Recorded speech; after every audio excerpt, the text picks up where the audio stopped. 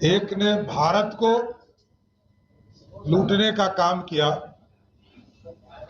और एक परिवार ने बिहार को लूटने का काम किया। और मेरा सीधा आरोप है कि लालू जी तो भ्रष्टाचार के प्रतीक है।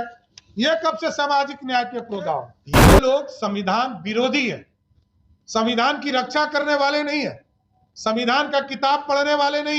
आज बिहार में एक यात्रा शुरू हुई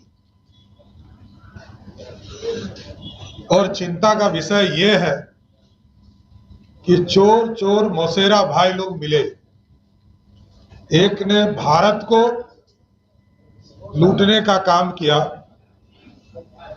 और एक परिवार ने बिहार को लूटने का काम किया। दोनों का मिलन हुआ और वो लोग कहते हैं कि एसआईआर के माध्यम से वोटों की चोरी हो रही है और एक नेता तो जननायक बनने की बात कर रहा है। बिहार की जनता जानती है, बिहार में जननायक कर्पूरी ठाकुर हुए, जननायक जयप्रकाश नारायण हुए, या श्री राहुल गांधी जी बिना मेहनत के ही जननायक बनना चाहते हैं।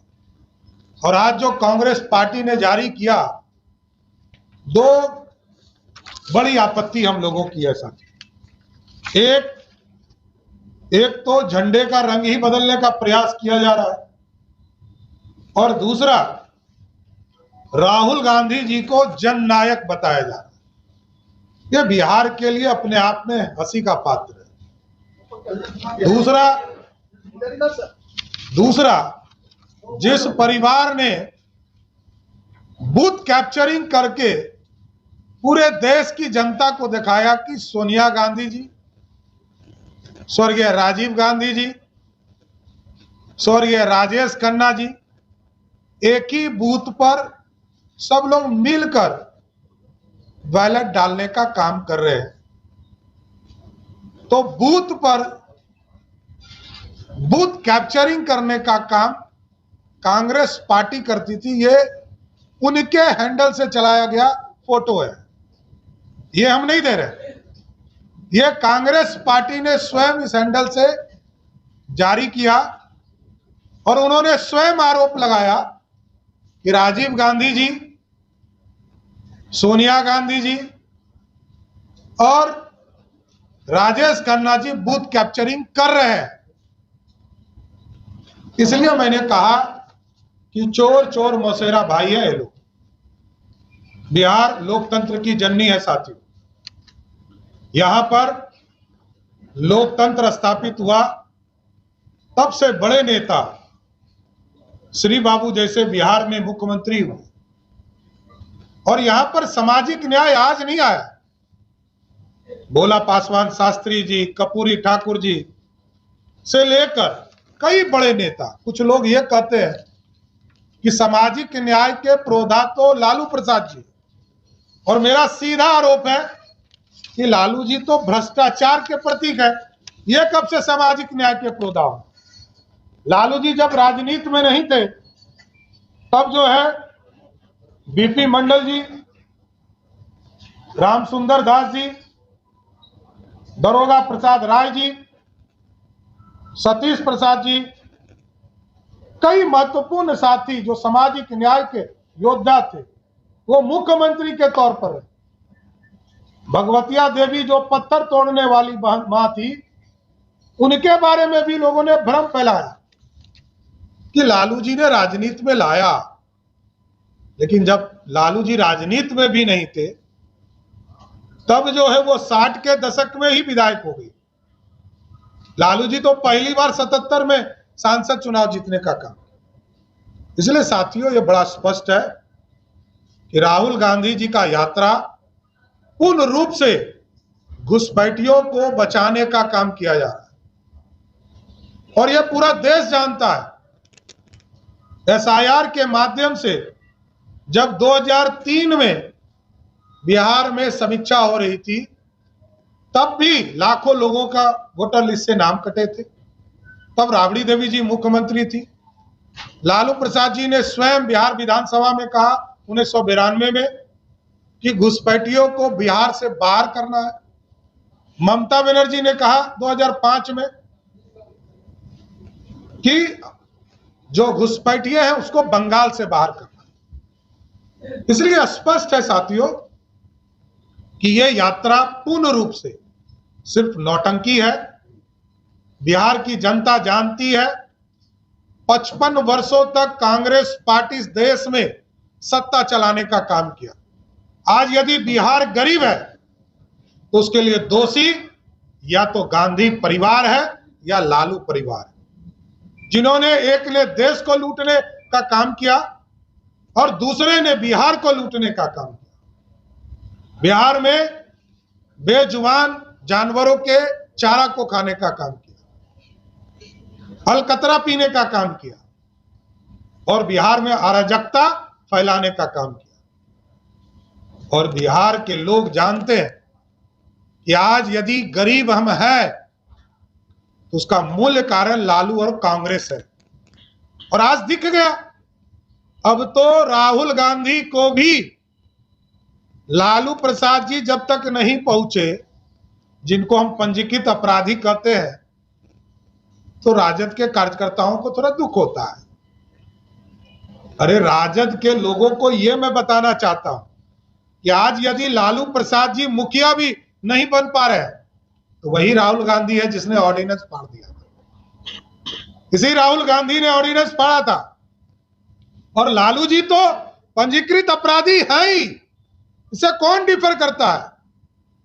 मैं कल भी बोला था और आज भी बोल रहा हूं और कल भी बोलूंगा कि लालू प्रसाद जी के बिना अब तो लालू यादव जी के ही नेतृत्व में राहुल गांधी है।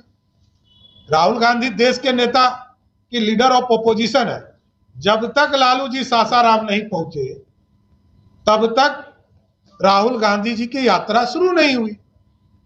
तो जो व्यक्ति भ्रष्टाचारी का, लुटेरे का, बिहार के पैसे के चोरी करने वाले नेता के आशीर्वाद लेकर यात्रा शुरू करता हो, वो जनता की भलाई की बात कहां से कर सकता है? और इलेक्शन कमीशन ने भी स्पष्ट तौर पर कहा कि एसआईआर के माध्यम से यह प्रक्रिया की जा रही है और लगभग लाखों हमारे बीएलओ एजेंट जो है वो जनता के बीच में काम कर रहे हैं। 15 दिन तक और ऑब्जेक्शन लेने का काम किया जाएगा।